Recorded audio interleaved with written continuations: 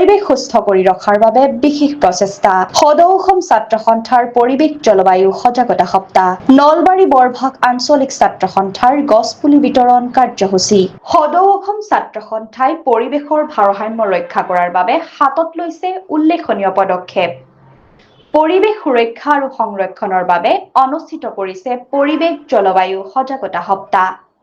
৭ ডিচেম্বৰ পুৱা ১০ বজাত সদৌ অসম ছাত্ৰ সন্থাৰ আহ্বানত পৰিৱেশ জলবায়ু সজাগতা সপ্তাহ উপলক্ষে সদৌ নলবাৰী জিলা ছাত্ৰ সন্থাৰ অন্তৰ্গত বৰভাগ আঞ্চলিক ছাত্ৰ সন্থাৰ উদ্যোগত বৰভাগ অঞ্চলৰ ৰাইজৰ মাজত দামোদৰ ধাম পাণ্ডুলা বজাৰৰ সমীপত গছপুলি বিতৰণ কাৰ্যসূচী কৰা হয়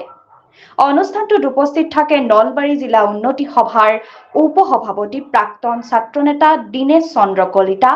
অসম সেনা নলবাৰী জিলা সমিতিৰ সাংগঠনিক সম্পাদক প্ৰাক্তন ছাত্ৰনেতা সৰ্বেশ্বৰ কলিতা প্ৰাক্তন ছাত্ৰনেতা তথা বৰভাগ প্ৰেছ ক্লাবৰ সাধাৰণ সম্পাদক পংকজ কুমাৰ কলিতা কমাৰকুছি শংকৰদেৱ শিশু বিদ্যা নিকেতনৰ প্ৰধান শিক্ষক ঘনশ্যাম দাস সদৌ নলবাৰী জিলা ছাত্ৰ সন্থাৰ কাৰ্যনিৰ্বাহক তথা বৰভাগ আঞ্চলিক ছাত্ৰ সন্থাৰ উপদেষ্টা মুন্না আহমেদৰ লগতে উপস্থিত থাকে বৰভাগ আঞ্চলিক ছাত্ৰ সন্থাৰ বিষয়ববীয়াসকল সদৌ অসম ছাত্ৰ সন্থাৰ আহ্বানত পৰিৱেশ আৰু জলবায়ু সজাগতা সপ্তাহ উপলক্ষে নলবাৰী জিলাৰ অন্তৰ্গত প্ৰতিখন আঞ্চলিক ছাত্ৰ সন্থাই বিভিন্ন ধৰণে কাৰ্যসূচী হাতত লৈছে আৰু আজি আমি বৰভাগ আঞ্চলিক ছাত্ৰ সন্থাও বৰভাগ অঞ্চলৰ দামোদৰ ধামত আমি গছপুলি বিতৰণ কাৰ্যসূচী হাতত লৈছোঁ আৰু আজি এই কাৰ্যসূচীটোৰ উপস্থিত থাকে আমাৰ সন্মানীয় প্ৰাক্তন ছাত্ৰ নেতা বৰভাগ প্ৰেছ ক্লাবৰ সাধাৰণ সম্পাদক পংকজ কুমাৰ কলিতা ডাঙৰীয়া তেখেতে আজি এই অনুষ্ঠানটো শুভ উদ্বোধন কৰে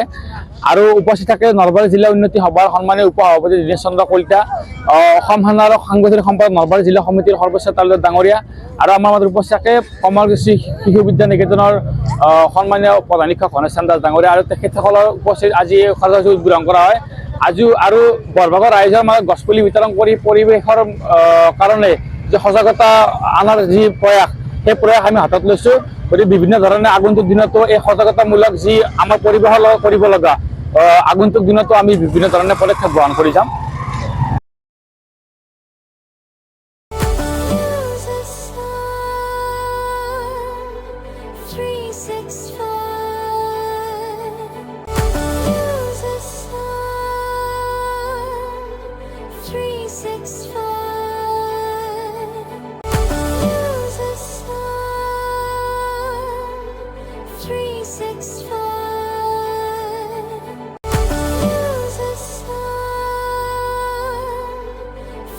Six